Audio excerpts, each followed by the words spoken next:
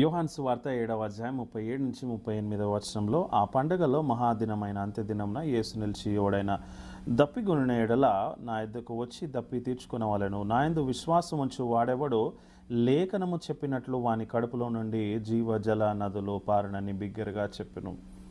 అయితే ఇక్కడ రెండు రకాల మనుషులు ఉన్నారండి. అక్కడ దప్పిక తీర్చుకునేవారు, లేకపోతే ఆ దప్పిక యొక్క రుచి చూచేవాళ్ళు ఉన్నారండి.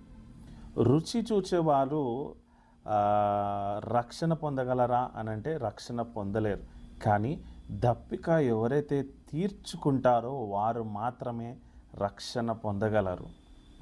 ఇంగ్లీష్లో ఏంటంటే, people who will drink the waters, who will drink the living waters will be saved.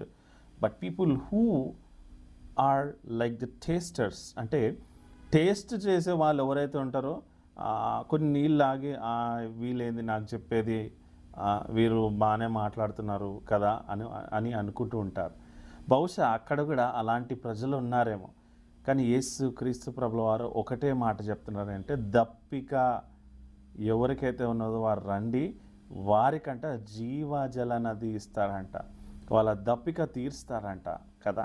వారి కడుపులో నుండి జీవజల నదులను పారజేస్తాడంట. హల్లెలూయా! ఎంత ఆశీర్వాదకరమైన మాట కదండి. నిజంగా మనం వాక్యం చదవాలనేది రిచువల్గా పెట్టుకుంటే ఆశీర్వాదం అనేది రాదండి.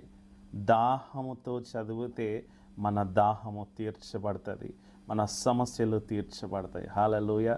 దేవుడు ఈ మాటలు మన జీవితంలో ఆశీర్వాదకరంగా ఉంచునుగాక. Amen. Praise the Lord. Hallelujah.